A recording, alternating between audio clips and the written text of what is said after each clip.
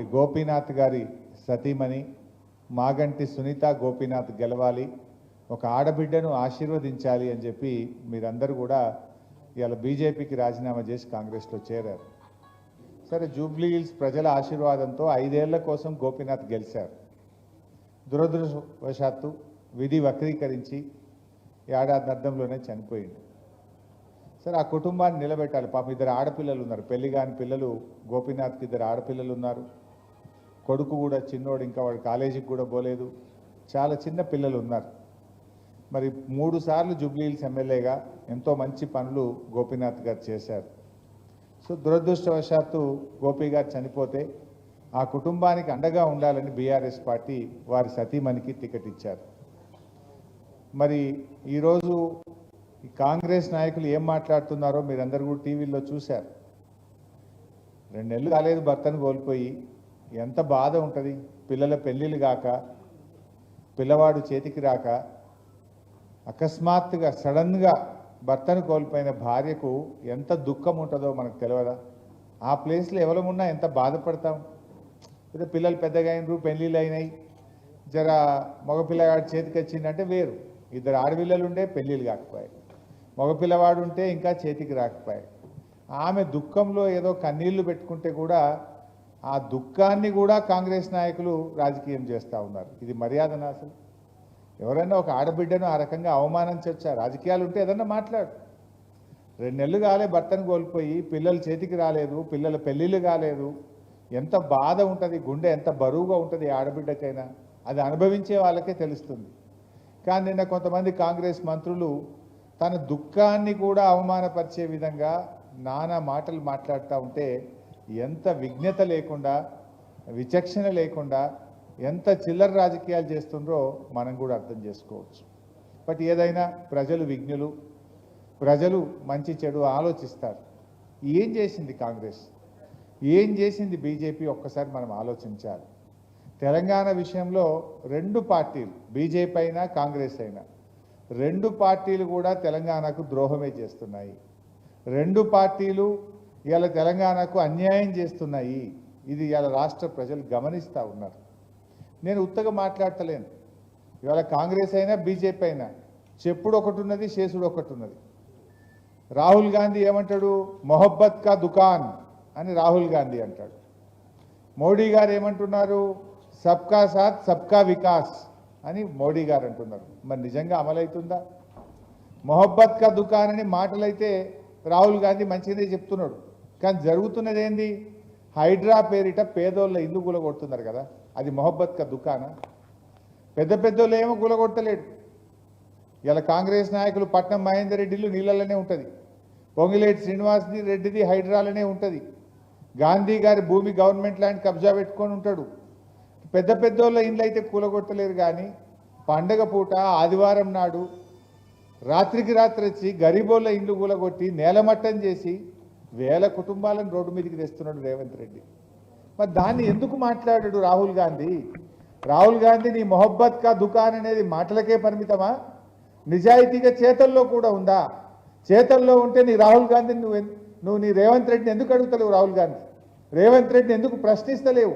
గరీబోళ్ళ ఇండ్లు ఎందుకు కూలగొడుతున్నావు? పెద్దోళ్ళ తెరువు పోతలేవు, గరీబోళ్ళ మాత్రం కూలగొడుతున్నావని రాహుల్ గాంధీ రేవంత్ రెడ్డిని అడుగుతున్నాడా? ఆయన మాట్లాడాడు. ఆడపోయి రాహుల్ గాంధీ బీహార్లో ఓట్ చోరీ అంటున్నాడు. బీహార్లో ఓట్ చోరీ అంటున్నావు, మరి జూబ్లీ హిల్స్లో నీ రేవంత్ రెడ్డి ఓట్ చోరీ చేస్తుండు కదా. ఒక్కింట్లో 43 ఓట్లు రాయించిండు, ఒక్కొక్కరికి 3 ఓట్లు రాయించిండు రేవంత్ రెడ్డి. మరి ఈ ఓట్ చోరీ గురించి ఎందుకు మాట్లాడవు? నీ రేవంత్ రెడ్డిని అడగవా? మన కాంగ్రెస్ పాలసీ ఓట్ చోరీకి వ్యతిరేకం. నేను బీహార్లో బీజేపీ చేసిన ఓట్ చోరీ మీద కొట్లాడుతున్నా, నువ్వు చెయ్యొద్దయా జూబ్లీ హిల్స్లో, నువ్వు నిజాయితీగా ఉండమని చెప్పవలసిన బాధ్యత రాహుల్ గాంధీకి లేదా? ఇలా దాదాపు 20,000 దొంగ ఓట్లు రాయించిండు రేవంత్ రెడ్డి. కాంగ్రెస్ నాయకులు జూబ్లీ హిల్స్లో భర్తను కోల్పోయిన సునీతమ్మను ఓడగొట్టాలని 20,000 దొంగోట్లు రాయించి నానా కుట్రలు చేస్తున్నారు. ఇది తగునా? దొంగోట్లతో గెలుచుడు కాదు. నిజాయితీ ఉంటే నీ 6 గ్యారంటీలు అమలు చేసి నీ బాకీ చెల్లించి ఓట్లు అడుగు ప్రజల్ని. నువ్వేం చెప్పినావు? అక్క చెల్లెలకు నెలకు 2,500 రూపాయలు ఇస్తా అన్నావు. ఇప్పుడు 22 నెలలు అయిపోయింది. ప్రతి అక్కకు చెల్లెకి ఎంత బాకీ పడ్డావు నువ్వు? 55,000 బాకీ పడ్డావు.